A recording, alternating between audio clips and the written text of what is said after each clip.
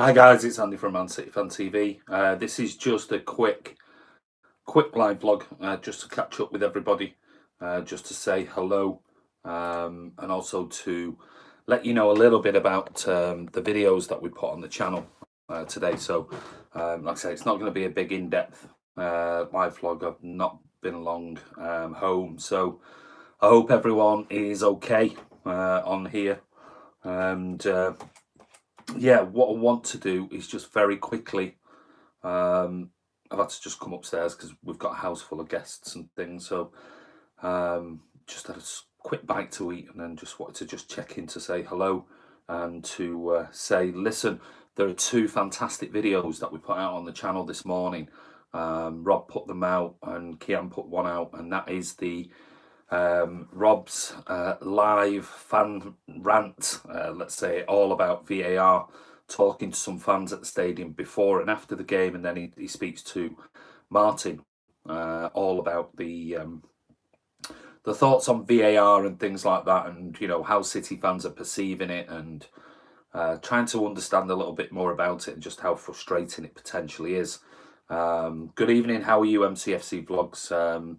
This is just a very quick one. But what I want to say also is, please go and check out the first episode of the We're Still Here series, and what we're going to do is looking fresh. Now I'm knackered, mate. I've been up since 5 o'clock this morning, so it's been a very, very long day, and I've got 4 more days of it. So we're going to do one today, one on Wednesday, and one on Friday. Today's is all about Frank Swift, so please go over and check it out. Rob's done an absolutely incredible job with the production of it. It gave me goosebumps, and did bring a little tear to my eye, even though it took me God knows how many times to try and record it. Just the audio was difficult because it's very emotive and emotional, and it's a sad story and a sad end and things like that. So yeah, that's the first one. Really hope you guys watch it, comment about it, give us your comments. Did you like it?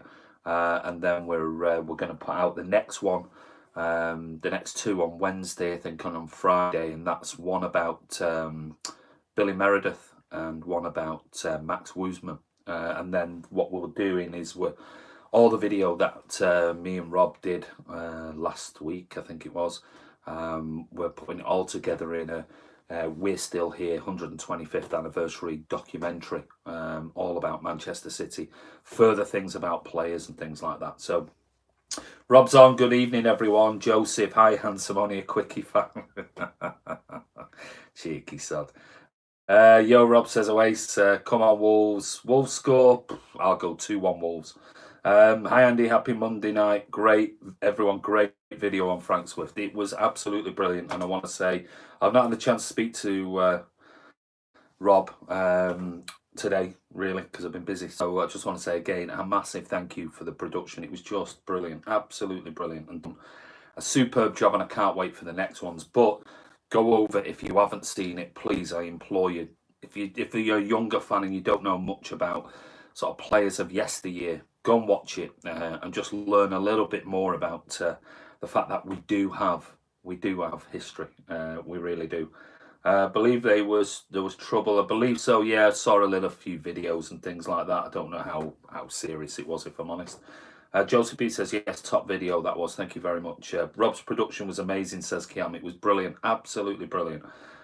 So yeah, go over and watch it. I'm really excited about this week and next week, and what's coming up with regards to this documentary. There's been a lot of hard work been put into it by not just Rob, not just me, but Kiam, Chris, and I think also Martin's going to do some contribution to the documentary overall. So Andy had a fight with the Colin Bell stand. I had a fight with the South Stand VAR one. I didn't have a fight at all.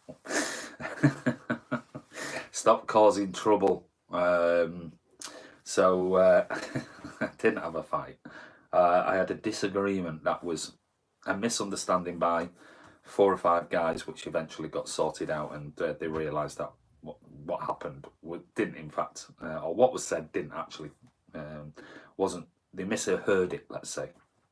So there was no fight. Stop it, Rob.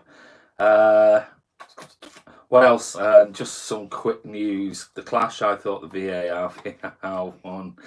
Yeah, it's just causing this. Everything is just today. I'll be honest with you. There's very little news with regards to City. There's the news, obviously, that John Stones is going to be out between a week and 10 days, and obviously didn't play at the weekend, and it looks like he's definitely going to miss the trip to Bournemouth.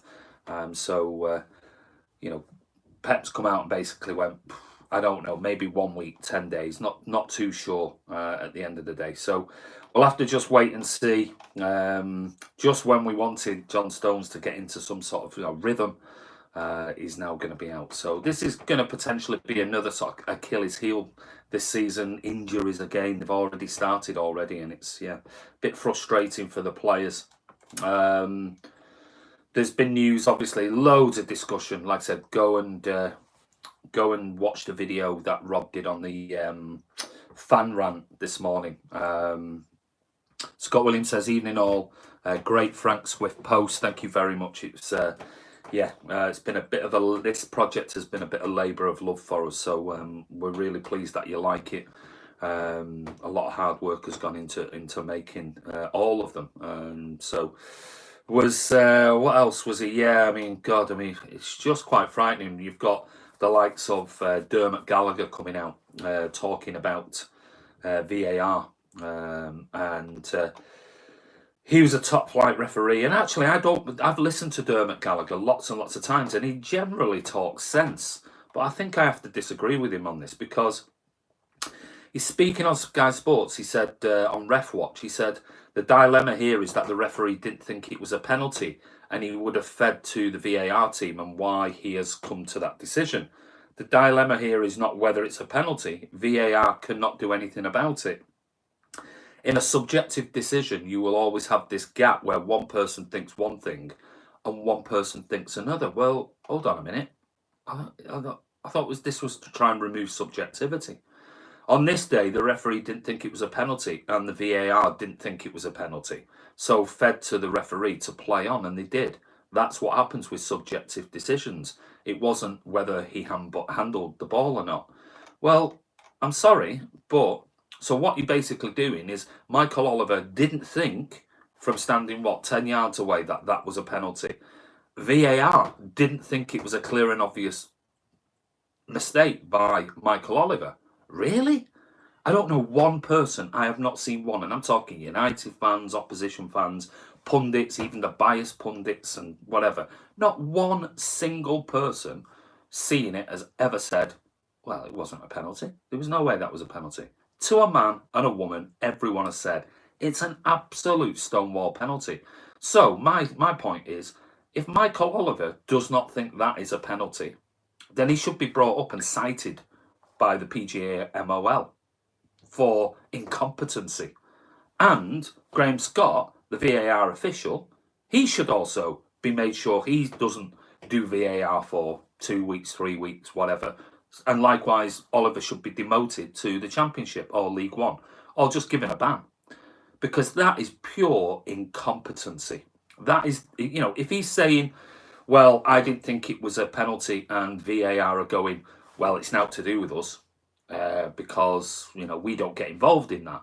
Okay, you can say, well, Michael Oliver, you should really be cited for an extremely poor performance in that particular game. But if you've got Michael Oliver saying he didn't think it was a penalty and VAR are backing up his decision, thinking that isn't a penalty, is there collusion here? And this, I'm not one for conspiracy theories, but what you've got is two individuals looking at a game, looking at a decision, and both agreeing that it isn't a penalty, yet not one single person has come out from pundits, opposition fans, or anyone saying, no, I don't think it was a penalty either. Every single one of them turned around and said, it's clear as day. So that really does concern me if what Dermot Gallagher is saying is true. Because if it is, then we have got real problems coming very shortly for VAR. Worse than what we've seen so far. It's quite frightening, and that is if what Dermot Gallagher has said, and it's quoted. If that is true, that Oliver didn't think it was a penalty, and neither did VAR. Wow, ooh, we have got some problems. So let's just go back. Andy, no, we'll go there. Bleeding predictive texting. Scott Williams, evening all, great Frank. Swift post, good evening, Engelbert Trumpowink. Oh, that name. Walker or Furner to play at the back, or does Nico keep his place? Find out Thursday with our match predictions. For me, it wouldn't surprise me if we see a start for Cancelo and Walker actually goes into the back four, not 3 or 5. MCFC vlogs. I went to London to the VAR studio and ban it. Really hate it, but win, lose, or draw, Man City for life. Well, yeah, of course. That's the problem with late streams. All the oldies are in deep sleep. Haroldinho Temur, genuine thoughts on VAR and it's ruining football.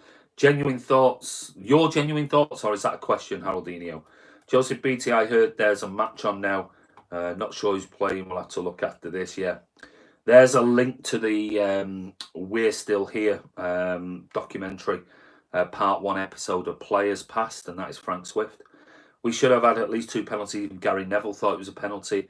I don't know anybody who doesn't think it was a penalty. United Wolves, Joseph. I think he was just messing about. There's Rob's link to the what we think about VAR. Scott Williams is the VAR guy who couldn't make it officiate the Chelsea game, probably spending his winnings. Well, yeah. Mr. T, VAR a joke. Only City get punished. It's a coincidence. Maybe the VAR people behind the screen are racist. Wow, I think that's a bit strong. I don't know about racist, mate. Mark Armstrong, Andy, so it seems VAR should only be used for offside then, not subjective issues, as it's back to human interpretation. Comedy show. I mean, that's the problem. If they're turning around and say there can't be any subjectivity in it, and let's face it, we know there is potential subjectivity in when they stop the 50 frames per second stills. We know, because do we stop it here? Is it able to go there? Has it really left the foot for the pass for an offside? There's an element of when should we stop it? That's subjective. That is my opinion. We stop it here. My opinion is that's where we do this. There's still that element of risk. Like I said yesterday's live vlog, they reckon there can be up to 13.38 centimeters of discrepancy if they really needed to go that far. So I just think, personally, for me, I think it should only be brought in for anything major that the referee has missed. So if a linesman gives it offside, don't go back to VAR. He gives it offside. No problem with that whatsoever. We'll get some going for us and we'll get some against us. I don't mind. I know it'll probably, people will say, yeah, no, but look at the Liverpool games and things like that. Fine. Well, it is what it is. We can't moan about it one day and then say, oh, but we want it only for this. For me, offsides, it's either offside, and it should be the boots. Because if it's any part of the body that can score, and I was thinking about this morning, Peter Crouch, 6'7". Now, if his feet are behind a defender's feet and he's going forward to run, then of course the size of Peter Crouch is somebody who's 5'10". His body is clearly going in and forward momentum. He's going to be miles ahead. So we're penalising him because he's big, yet his feet and starting positions are in exactly the same place or behind the person who is the defender. So it's garbage. It's absolute nonsense. And then this whole, this handball thing. I mean, that's the one thing that just, I don't get it. I just don't get it at all. I don't get it whatsoever. It has to be a call on the day. Because, do we go back? We didn't get it against Bolly for Wolves. I don't know. I would just personally say, if it's an off-field, off-the-ball incident, a potential elbow that has, put a player on the ground, or, one thing I would bring it in for, and I know it's still subjective, but diving. That's the one thing I think VAR could easily bring in. But what I'd like it, just remove VAR, keep goal line technology, and have retrospective action for the major events. And that goes for players, managers, and referees. So if Oliver disallowed that goal yesterday, fine, fair enough. But then if a panel sits on of ex-players and pundits, whatever, on a Monday and says, my God, that is an absolutely awful decision. Right, cite the referee. Cite them. End of story. And just say, right, that's it. You're not refereeing for another 2 weeks, 3 weeks, or something like that. This VAR thing is not going away, but it is just going to make a mockery of the game as a whole. That's my opinion, anyway. I'm one for conspiracy theories. It's bent as anything. It's not a conspiracy. The weight of evidence is overwhelming. Will it? No. Will it? It isn't, because you can't prove it. So the evidence isn't overwhelming because you can't prove it, Rob. And that is the problem. That is the problem. And no action has been taken against Michael Oliver, as far as I know, and no action has been taken against Graham Scott, the VAR official. So it is a conspiracy theory. We can't prove it one way or the other. But what they should be doing is citing both of those officials, saying, this is just clearly not acceptable. One missing it, fine, fair enough. But the VAR should have overruled it and said it's a definite penalty. End of story. But for two of them to say it wasn't a penalty, not good. Protest VAR. I don't want to come across as like bitter and twisted. I really don't. I just find, if this is what's happening now, what else is going to happen? And then what you're going to get, and this is what worries me, is what we're going to get is we're going to get some decisions we'll see that will go for likes of Liverpool or Spurs or something like that. And City fans are going to go, what the hell is that all? How's that not? How have they got a penalty for that, but we haven't got for that? And all it does then is just create more drama, and just becomes messy. It just becomes messy then. Not Lionel, just messy. Watch United get VAR call in favour tonight just to rub it. Well, this is my problem. Get well soon, Sarri. I can see that, Kiam, but can also see Wolves banging 3 past them. One good thing with this stitch-up is our players have now learned they need to finish chances. Yeah, I totally agree. Bottom line, guys and girls, we just have to beat 11 players and 7 officials every game. Pepple sorted. No rags will beat Wolves, you reckon, Kiam? J15, unlucky against Tottenham. Gutsy Spurs came away with a point from a Chelsea fan. The game, and I reckon that was one of the best games I've seen City play. You deserve more. Well, we deserve what we deserved. Well, what did we deserve out the game? Well, I think just because you play better than an opposition team doesn't mean say you deserve the game, because an opposition team can defend really well. Do we deserve it because we missed so many chances? No, probably not, in my opinion. But did we deserve a penalty? Absolutely. Did we deserve the Gabby Jesus goal being ruled out? Up for debate. If they're saying it's handball and blah, blah, blah, blah, blah, fine, fair enough. But the one thing you can't dispute is that penalty. Which means, and that's not to say we would have scored it. Not if Sergio would have stepped up. But, I would never say, we deserve to win because we were the better team. No, that doesn't mean say you deserve it. You deserve it by scoring more goals, conceding less. Let's face it, we gave away 2, for me, sloppy goals. So, well done to Spurs for getting a point and getting a bit of luck throughout the game. That's just the way it goes. But is it right? No, that's the difference. We'll be back winning. Well, let's face it, Kenneth, we should have won. We should have been in a position to potentially win the game. And who knows what would have happened if we scored the penalty. Spurs still could have then pushed further on and got an equaliser. Who knows? United have scored. Martial. It doesn't surprise me. I know it's a different argument from the Super Cup game. I felt I couldn't celebrate any of the goals as I had to wait for you to confirm it. Ruins the excitement. It is starting that. Rob says that in his Go and watch his vlog, his video this morning on Fan Rant, and he says the same thing. The first 2 goals that City scored, he didn't celebrate because he was waiting for the VAR. It didn't happen. And then when we scored the 3rd right at the end, he jumped up and down celebrated, and then it got disallowed. And it's like, So, yeah, it is what it is. Hi all, hi Steve, evening all section, rags going above us. Hi Steve. Hey, listen, let's not forget, there's big games coming up this weekend. Liverpool, I think they're taking on Arsenal, aren't they? So that'd be a tough game. So it's only 2 games in, let's relax. And they have a feeling they will scrap the handball law, Xmas to the detriment of City once media hound Ellery and his new law. That is bonkers. So what will that be? His 15th change that he's made to it already? Frightening. Well, they're turning around and saying, oh, the head of VAR has come out and turned around and said, or the head of VAR, I don't know what it's Lucas, somebody he's called, has basically said we are not changing the rules. It's here. We're not just because it hasn't worked. People don't think it's worked in this latest round of matches. Does not mean we're going to review it and change it. We are not changing it. That's what he said. The head of the whole thing with VAR. We are not changing the rules. Not. And like I said yesterday, Ellery's already made 14 changes to the rules because of crossovers where he's changed the rule to bring this in, but then other parts of the law says, well, that's contradicting that, so now you're going to have to change that as well. My point was last night, and I've said it again, and even listening, I think Adrian Durham on Talk Sport driving home, he turned around and said exactly the same thing I said last night was, if you are having to change that many laws to introduce VAR, why do it? Why? That it doesn't seem right. That just does not seem right.